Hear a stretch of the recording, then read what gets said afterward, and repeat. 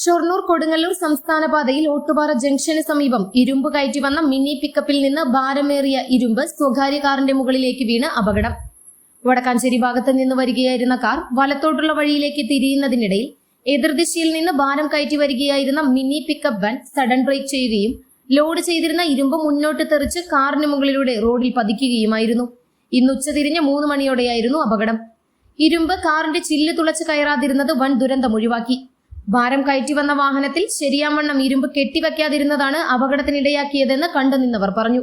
അപകടത്തെ തുടർന്ന് സംസ്ഥാന പാതയിൽ കുറച്ചു സമയം ഒറ്റവരി ഗതാഗതം തടസ്സപ്പെട്ടു. ഓട്ടുപാറ ആശുപത്രിപേട്ടയിലെ ഓട്ടോ ഡ്രൈവർമാരും യൂണിയൻകാരും ചേർന്ന് റോഡിൽ പരന്നു വീണ ഇരുമ്പ് പാതയോരത്തേക്ക് നീക്കി ഗതാഗതം സുഗമമാക്കി.